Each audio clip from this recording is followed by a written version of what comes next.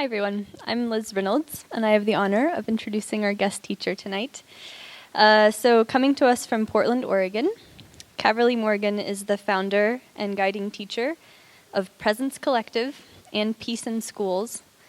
Peace in Schools is a nonprofit that created the nation's first 4-credit mindfulness class in public high schools, so pretty cool. Caverly's practice began in 1995 and blends the original spirit of Zen with a modern non-dual approach. She has spent 8 years training in a silent Zen monastery and has been teaching contemplative practice since 2001.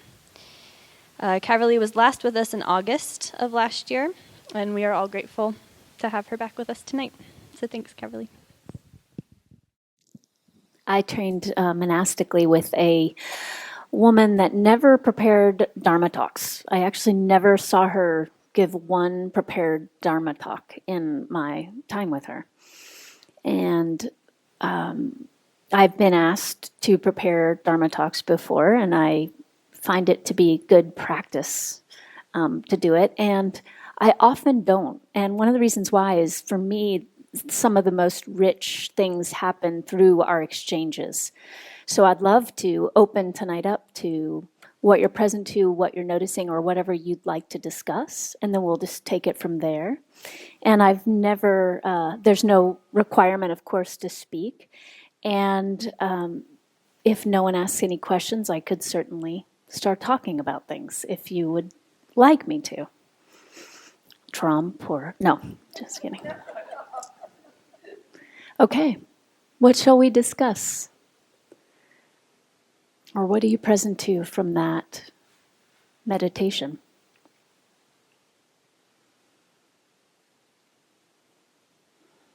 Yes.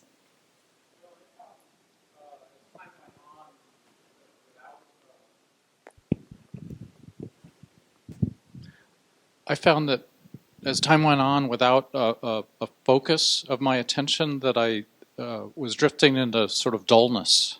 Mm-hmm. It was in sort of, I really liked at the start when you kind of had that analogy of shining the flashlight back on the source. But that kind of implies some focus on what the flashlight's pointing at. And later on I got the sense that I should just not even have that kind of a focus. But maybe you can get a sense of where I'm going with this. It's a little bit difficult to both have clarity without actually having a object of awareness. Yes, thank you. I think that's a really great point. And so I want to reflect back a few things that I'm hearing in that. One is that there's something about that image that works for you, and at the same time you recognize, would you say it's almost that it takes some effort or clarity or some type of focus to even kind of turn the attention to awareness in that way? Are you familiar with Dr. Dan Siegel's work? You've just seen the name. His last book about awareness has a map that he put forward. Are other people in the room, anyone else familiar with Dr. Dan Siegel? So he talks about the wheel of awareness, and as he teaches that, he talks about, he's interviewed many people over the years, the wheel being all the things out on the hub or the objects that we tend to give our attention to, and then awareness being in the center of this wheel. And he describes that for some people it really works to imagine if there's a spoke going out from awareness to an object, turning that attention around and going back to the center of the wheel. For some people, sort of a sinking back in. That's very kind of Ramana Maharshi. That's not my metaphor. I mean, the flashlight part I might have made up, but the actual kind of resting the attention rather than turning is really inspired by Ramana Maharshi's work, and for me, what I like about it is it does imply that you can release some of that. Again, I trained in a very strict Zen monastery, in fact, and there was so much emphasis on discipline and focus, and then clarity that comes with that focus. So for me, it's been incredibly supportive to allow for a resting rather than that having that same quality of focus now be turned to awareness. And I offer that to you because in my own experience, it's been very interesting to ask myself the question, how do I know, so I'll ask this to you now, how do you come to the conclusion that your experience of that practice that we did tonight leaves a sense of dullness?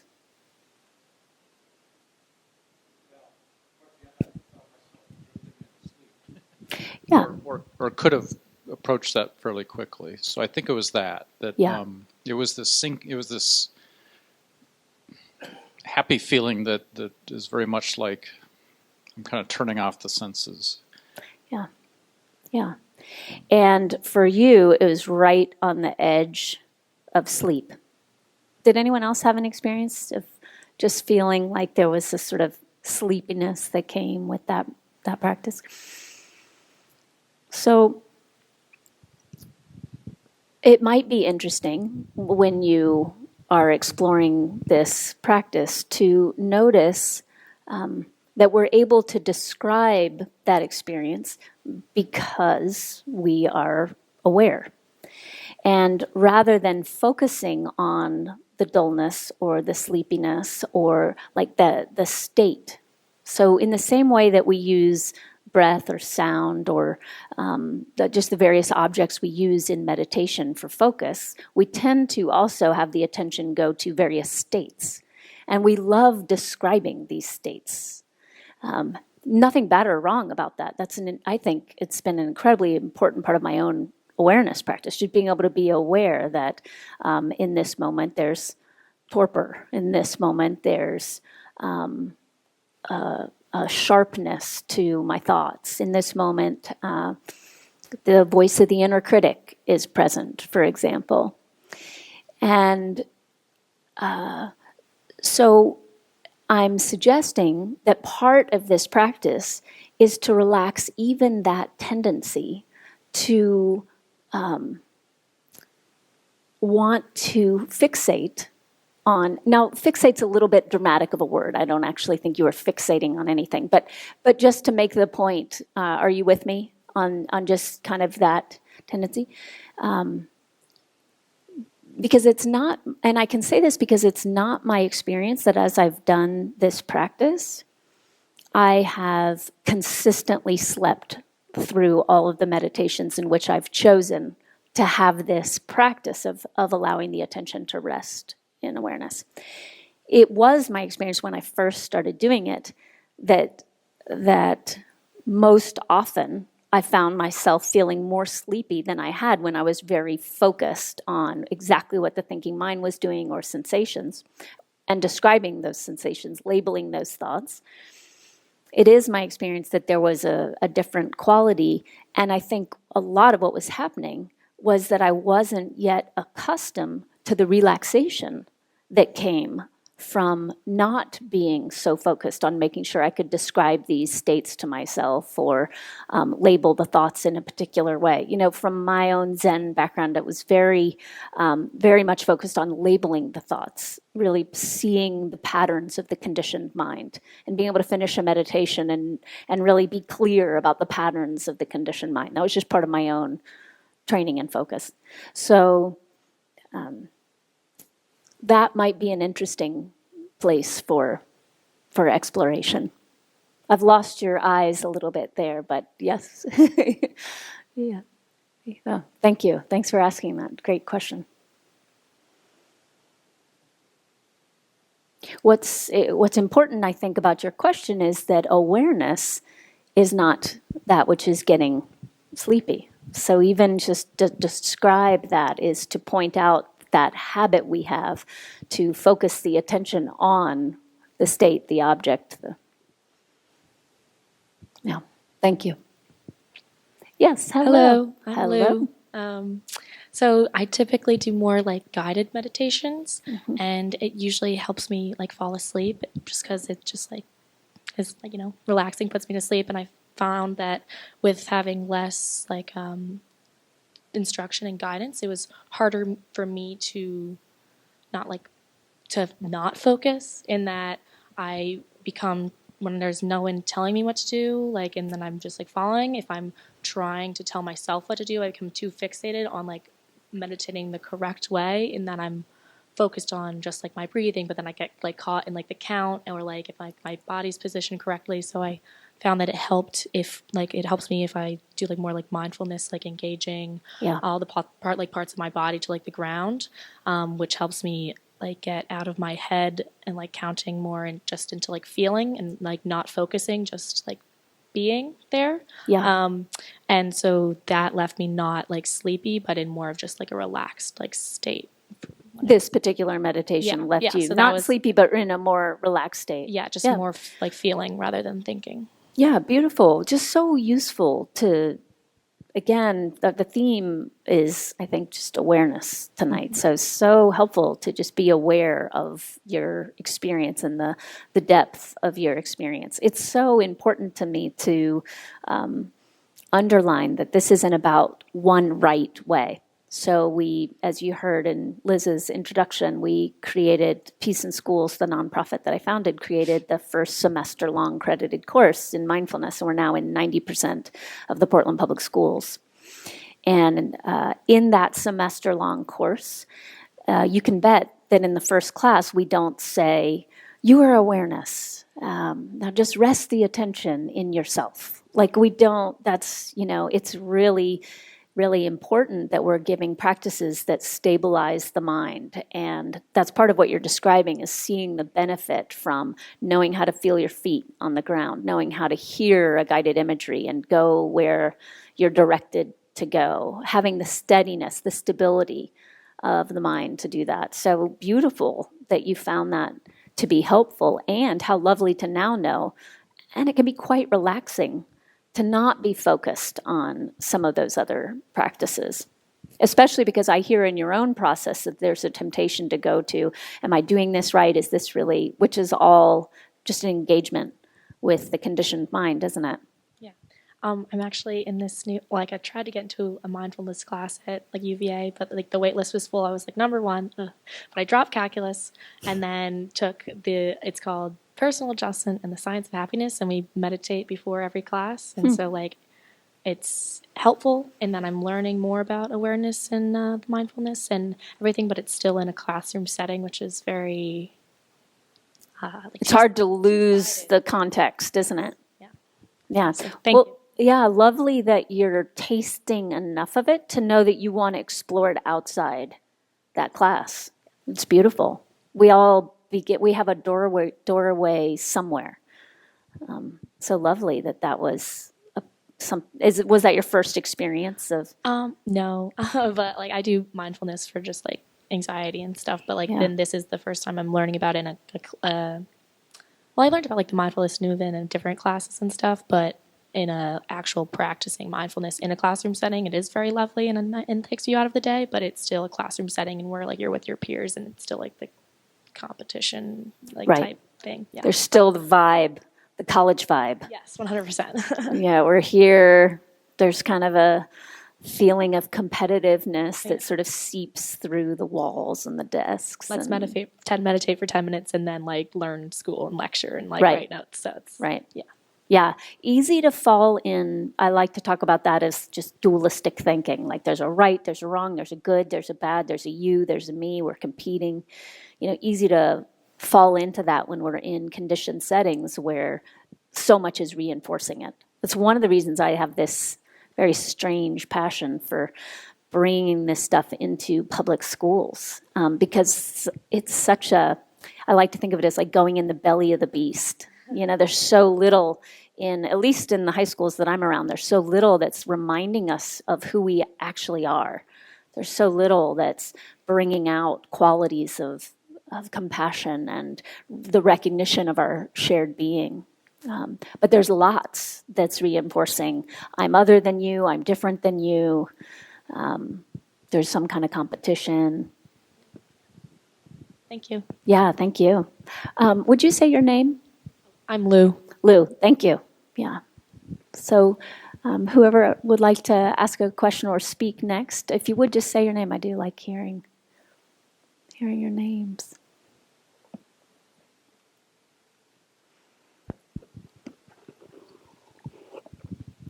Hi, Caverly. Bill. Hi, Bill. What your practice brought to mind, and as a in the meditation context, something that I try to do in the real world, but do it because the real world, your eyes are open. Do it in a different way, and I just wanted to get your reaction. I've discovered after meditating for a number of years that that in the real world I am very focused foveally. So from a visual point of view, I'm always focused on the point where my eyes converge. Everywhere around me, I'm always kind of, the flashlight is on a spot. And whatever the eyes land on is where the thinking mind follows that, Correct. the energy follows that. Yeah. Just curious, how many, just raise your hand if you can relate to like that, your attention tends to go wherever your sight lands. It's extremely common.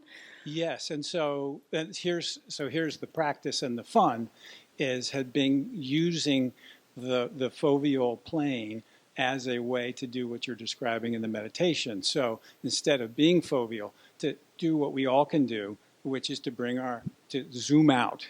And Yeah. you can do it right now. You can basically bring your attention so that you can see. I can see my wife to the left, and you to the right, and you and even Jim and back. And with that, my whole frame of reference changes.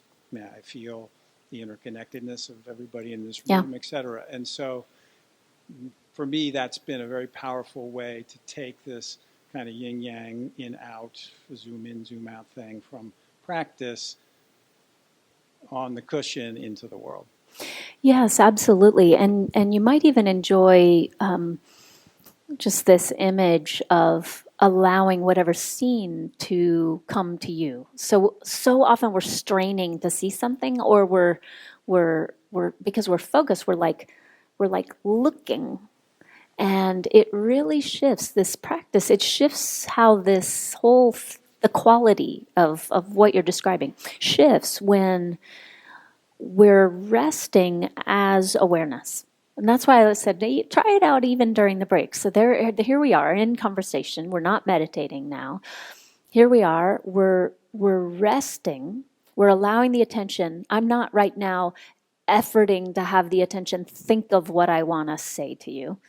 Resting the attention in awareness, just being present to what arises, and then having the image of you simply come to me.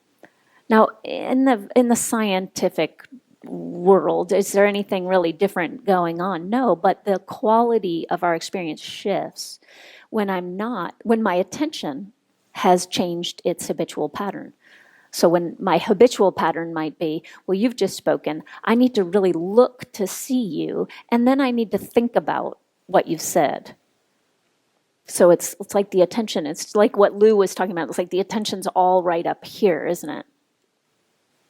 So what changes when this image, this hologram of what I'm calling Caverly, simply arrives in this field of awareness, that if you're not referring to, you said Bill, you're not referring to the body-mind of Bill, but a different way you might describe Bill. What shifts? I see it more of being closer to pure consciousness. Yeah. Instead of being instantiated in a body. Yes, and we forget that in actuality, we don't even get closer to pure consciousness, because that's all we ever actually were and are. So how are we going to get, I love Rupert Spira talks about, how are you going to get closer to yourself? How can you make that happen? How can you get closer to yourself? So to me, what you're describing is just simply less interference with the pure and direct experience of being. So you're not running it through the filter of the conditioned mind. You're not penciling it into the tight focus of only seeing one object. As you said, I feel, I trust that you can't actually see the people behind you, but you can see the people behind you when you're recognizing yourself as something larger than Bill's body mind, can't you? So I'm interested in you and then maybe others in the room, what tricks of the trade, tips, essentially some of these are practices and, a muscle that has to be exercised to get better at than just being, right? Sometimes you just have to be able to remind yourself to zoom out, or yes. some other kinds of tricks and tips. I don't know if other people have them. Yeah, it would be interesting to open it up. What have other people found useful? What are your sort of tricks of remembrance, or what have you found supportive?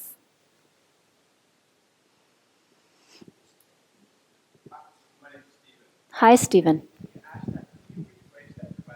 Sure, I can reflect it.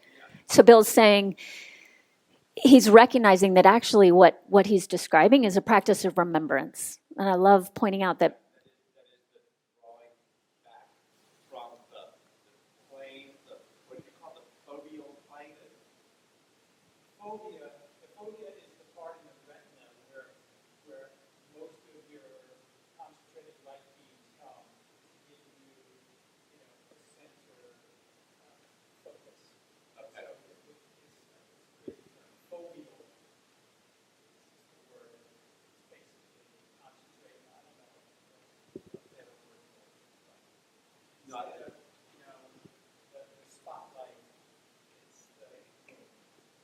so he's just describing zooming out. So instead of, I'm focused right now just on, you said Stephen? Yes. Just focused on Stephen. I can still be focused on Stephen in terms of, okay, I'm looking at Stephen's body mind, but I'm aware of, my attention's resting in the experience of the room. Do you know that experience of you see nothing else because you're only focused on the car in front of you or whatever, or worse, you don't see the car in front of you because you're only focused on your thought about why you said that thing an hour ago, right? So this is zooming out. So you were asking for people to relate their tips and tricks for zooming out, and the zooming out is withdrawing someone from the single object. Yes. Yeah. Yeah, what have folks found helpful about that kind of experience of zooming out, or what helps you remember that, or maybe, anything else that arises for you as you hear that? Yes.